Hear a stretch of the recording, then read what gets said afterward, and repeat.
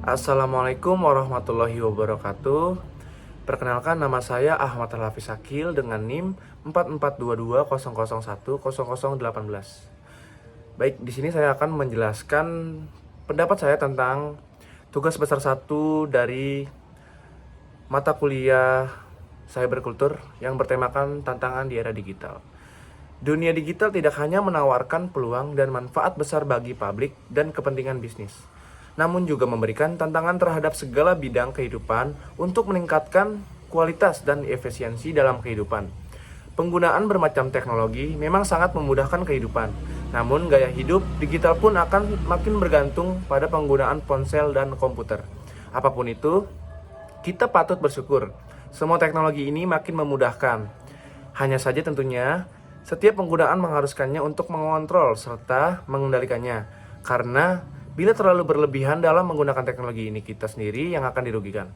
Dan mungkin juga kita tak dapat memaksimalkannya. Perkembangan teknologi yang begitu cepat hingga merasuk di seluruh lini kehidupan sosial masyarakat ternyata bukan saja mengubah tatanan kehidupan sosial, budaya, masyarakat, tetapi juga kehidupan politik. Kecanggihan teknologi yang dikembangkan oleh manusia benar-benar dimanfaatkan oleh para politisi yang ingin meraih simpati dan empati dari masyarakat luas.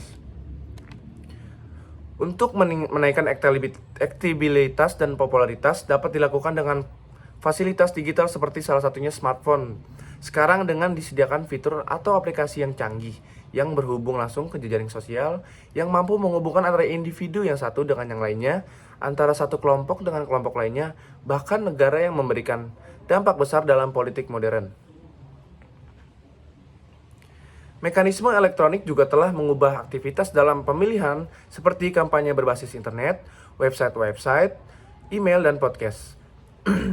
Hal ini menjadi fasilitas bagi para kandidat dan partai-partai politik sebagai sarana yang cepat dan murah untuk mengirim pesan kepada audiens, yang memungkinkan mereka untuk merekrut para sukarelawan kampanye dan menggalang dana kampanye. Penggunaan media digital smartphone yang terhubung dengan jejaring sosial sangat efektif, terutama dalam menjangkau masyarakat muda, yang seringkali melupakan segmen masyarakat yang paling sulit untuk dilibatkan melalui strategi-strategi konvensional.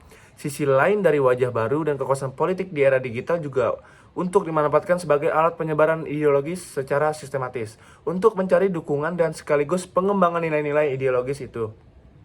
Dan sisi lain sebagai alat untuk mesin-mesin propaganda, bagaimana cara politisi berusaha untuk mempertahankan kekuasaan dengan menampilkan citra baik dan menyembunyikan citra negatif untuk mendapat dukungan dari publik. Dalam bidang sosial budaya, era digital juga memiliki pengaruh positif dan dampak negatif yang menjadikan tantangan untuk memperbaikinya. Kemerosotan moral di kalangan masyarakat, khususnya remaja dan pelajar, menjadi salah satu tantangan sosial budaya yang serius.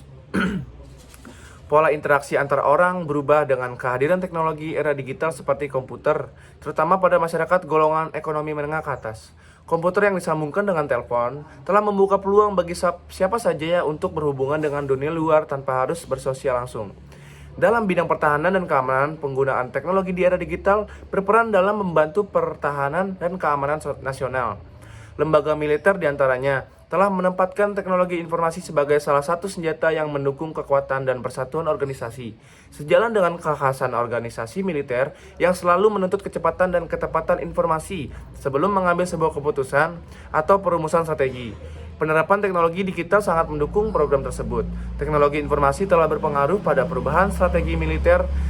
Tantangan dalam bidang pertahanan seperti menghadapi ancaman dari luar yang bersifat maya seperti aktivitas hacker yang bisa merusak sistem situs pertahanan Indonesia menjadi perhatian serius. Teknologi digital dikombinasikan dengan teknologi perang lainnya memungkinkan untuk menciptakan jenis perang yang sangat kualitatif seperti penggunaan robot perang. Dalam bidang teknologi informasi sendiri, tantangan nyata pada era digital semakin kompleks. Karena berbagai bidang kehidupan membawa pengaruh-pengaruh yang bisa membuat perubahan di setiap sisi. Teknologi informasi merupakan bidang pengelolaan teknologi dan mencakup berbagai bidang atau tetapi tidak terbatas seperti proses, perangkat lunak komputer, sistem informasi, perangkat keras komputer, bahasa program, dan data konstruksi. Setiap data, informasi, atau pengetahuan yang dirasakan dalam format visual apapun melalui setiap mekanisme distribusi multimedia dianggap bagian dari teknologi informasi. Teknologi informasi memfasilitasi bisnis dalam 4C layanan inti untuk membantu menjalankan strategi bisnis. Oke, jadi sekian pendapat saya tentang tantangan dalam era digital. Kurang lebihnya mohon maaf. Wassalamualaikum warahmatullahi wabarakatuh.